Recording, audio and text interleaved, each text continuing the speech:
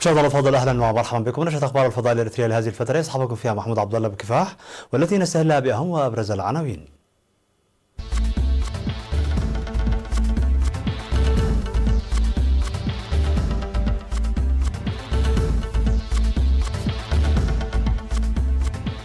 إشادة بدور المهنيات في حفظ الآثار. محاضرة تنويرية في مندفرة حول القانون. بحث أخلاقيات التعليم في عرزة. تسجيل 38 حالة وفاة بكورونا في الصين. ترامب يقول أنه أجرى محادثات جيدة مع زعيم طالبان. وكالة الطاقة توبخ إيران بسبب موقعين نوويين.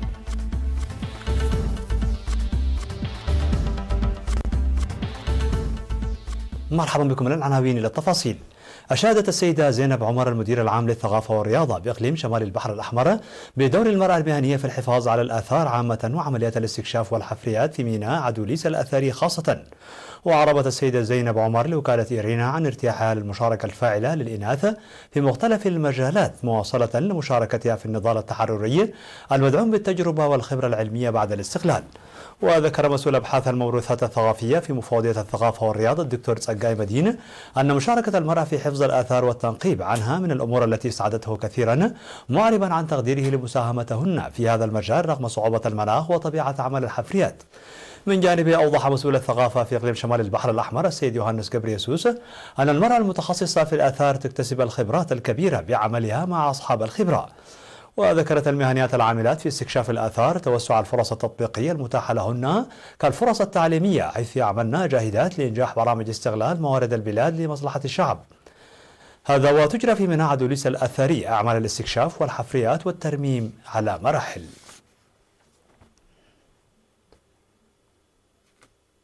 دعا قائد شرطة الإقليم الجنوبي المواطنين للمساهمة في حفظ القانون لدوره في مكافحة الجريمة والمخالفات عامة والحد من الظواهر السالبة بصفة خاصة.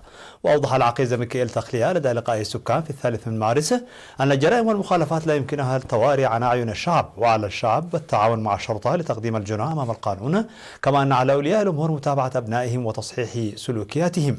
وذكر عن وقوع 110 حادث في مديرية مندفرة خلال العام الماضي أودى بحياة 3 مواطن وإصابة 54 بجروح. وقال أن القرق في السدود المفتوحة من الحوادث المستفحلة التي يتوجب الحذر منها، وأشار إلى وجود جرائم التزوير والتي تظهر في بعض الأحيان، ويجب توخي الحذر أثناء البيع والشراء ومتابعة التعليمات الصادرة من الجهات المختصة. ودعا لاجتماع الشرطة لتقوية المراقبة والاستجابة الفورية والقيام بالمتابعة اللازمة وإلزام الحانات بزمن الإقلاق والتوعية المستمرة بالقانون في المدارس.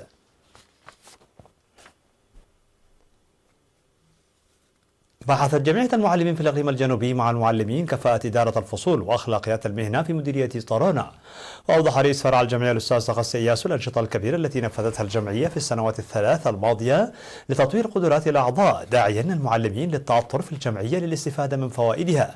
وقدم في الاجتماع شرحا حول العملية التعليمية وأخلاقياتها والإدارة الجيدة للفصل واللوائح وتنفيذها والجهود الجارية لتطوير المدارس ورفع كفاءة المعلمين.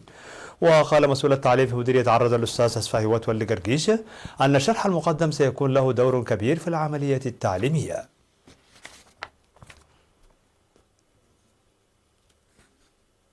أوضح مدير مديرية قارورة السيد إدريس علي محمد عن تنفيذ أعمال مرضية في برامج تجميع القرى وصيانة الطرق. وذكر لوكالة إيرينا عن صيانة أكثر من 200 كيلومتر من طرق همهميمي قريتو فاح بليقات حاترة، وكذلك طريق همهميمي قبر وأت وآراء بالنفير الشعبي. وقال أن تجميع القرى ضروري لحصول السكان على الخدمات الاجتماعية المتكاملة، ولذلك يتم العمل بالتفاهم مع السكان لتجميع قريتي قلع وتروبة في الراق والقرى الأخرى في حليبة وعشكب. وأشار إلى التفاهم مع شركة حارات المواصلات العامة لفتح خط مواصلات للمديرية بعد صيانة طريق همهميم الرئيسي. وقد أقيمت لجنة على مستوى المديرية للسيطرة على تعرفة المواصلات العالية للحافلات الخاصة. وأوضح مدير مديرية قارورة السيد إدريس علي عن وجود مدارس في كافة ضواحي المديرية، إلا أن المشاركة في التعليم متدنية، داعيا الجهات المعنية عامة وأولياء الأمور خاصة لحل المشكلة. ينظم الاتحاد الوطني للمرأة سمينارات في المديريات والوزارات والمؤسسات الحكومية بالإقليم الأوسط بمناسبة 8 مارس اليوم العالمي للمرأة حول أوضاع البلاد الراهنة ودور المرأة. وأوضحت مسؤولة الاتحاد في الإقليم الأوسط السيدة آلم بلاي مضمون 8 مارس مشيرة إلى أن التنوير المقدم بواسطة الشابات الكفؤات يوضح تاريخ النضال المسلح والدفاع عن السيادة وفرص وتحديات العهد الجديد. ودعت المشرفات على السيمينارات للحفاظ على قيم المجتمع وضمان ترابط الأجيال وترسيخ الهوية الوطنية وتعزيز دور المرأة ومشاركتها الواعية. هذا وستستمر فعاليات احتفال 8 مارس حتى يوم 8 مارس تحت شعار إلى الأمام نحو التحرر الكامل.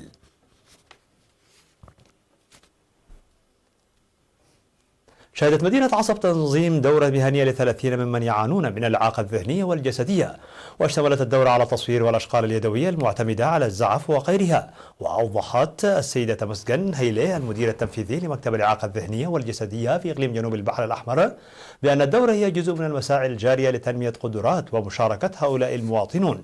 وقالت أنه ورغم بذل الآباء جهود ملموسة لإشراك أبنائهم في الأنشطة الجارية للتوعية والتطوير الذهني، إلا أن هنالك البعض من الضحايا ممن لم يستفيدوا من الفرص، داعية الآباء للاستفادة الجيدة منها كما يجب.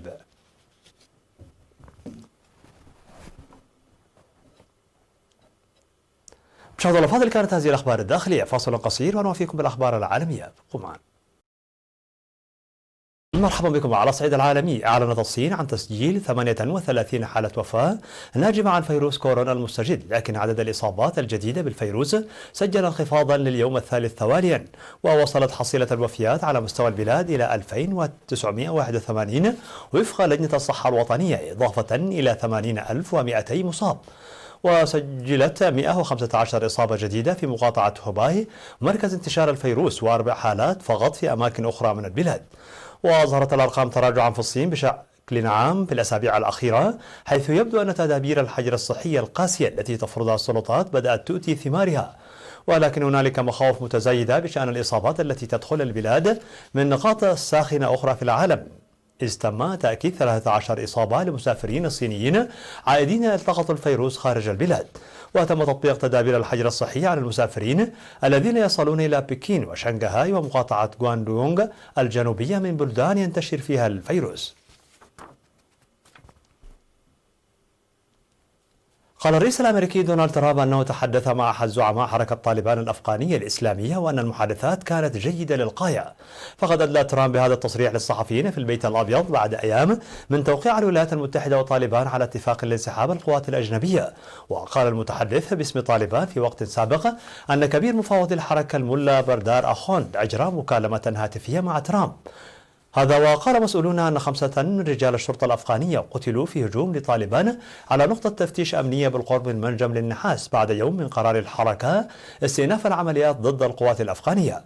وكانت طالبان تنفذ خفضا للعنف قبل أن توقع في الدوحة اتفاقا مع الولايات المتحدة الأمريكية حول انسحاب القوات الأجنبية من أفغانستان، لكن مصادر ذكرت أن الحركة قررت إنهاء خفض العنف بالنسبة للقوات الأفغانية مع التزامها به بالنسبة للقوات الأمريكية والقوات الأجنبية الأخرى.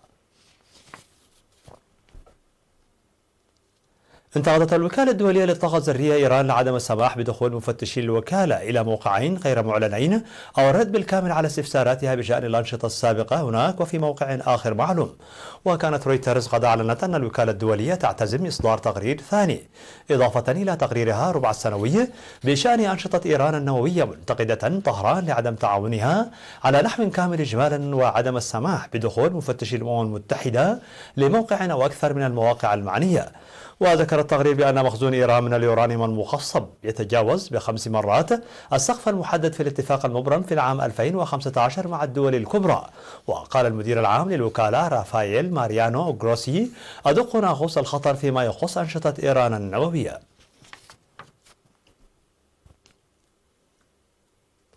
بعد فترة هدوء نسبي تبعت الإعصار السياسي والاجتماعي الذي خلفه طرح مشروع إصلاح التقاعد في فرنسا والإضرابات والمظاهرات التي شلت البلاد، تعود الدعوات إلى التظاهر مجددا بعد قرار حكومي أشعل غضب الفرنسيين، حيث دعت النقابات الفرنسية وزعماء المعارضة إلى مظاهرات جديدة بعد أن لجأت الحكومة إلى بند في الدستور الفرنسي يعرف ب 49.3 3 لفرض مشروعها المثير للجدل من خلال البرلمان.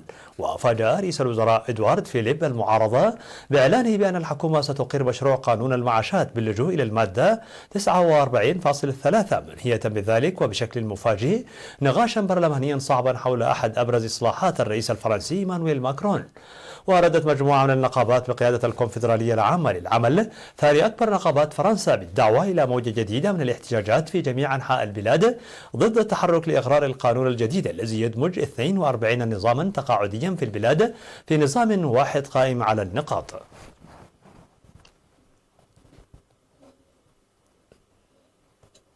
مشاهدينا الفاضل، بهذا نكون قد وصلنا بكم إلى نهاية النشرة. شكرا على حسن المتابعة، دمتم بألف خير.